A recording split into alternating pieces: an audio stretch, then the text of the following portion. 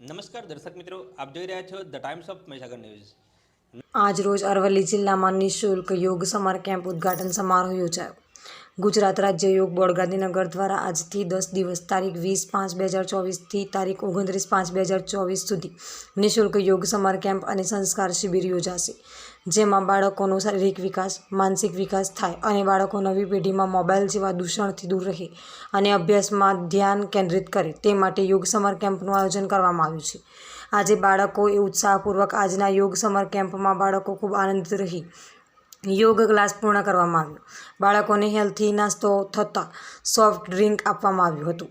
આજના આ કાર્યક્રમમાં અરવલ્લી જિલ્લા જીવદયા પ્રેમી નિલેશભાઈ જોશી, મદની હાઈસ્કૂલના અબુલ રહેમાન, મનવા સાહેબ, હેમંતભાઈ, ઝોન કોઓર્ડિનેટર જયેન્દ્ર મકવાણા, યોગ કોચ રાજેશભાઈ પટેલ, યોગ કોચ લેઉવા શકુંતલાબેન તથા ટ્રેનર પ્રિયંકાબેન તિથિબેન હાજર રહ્યા હતા।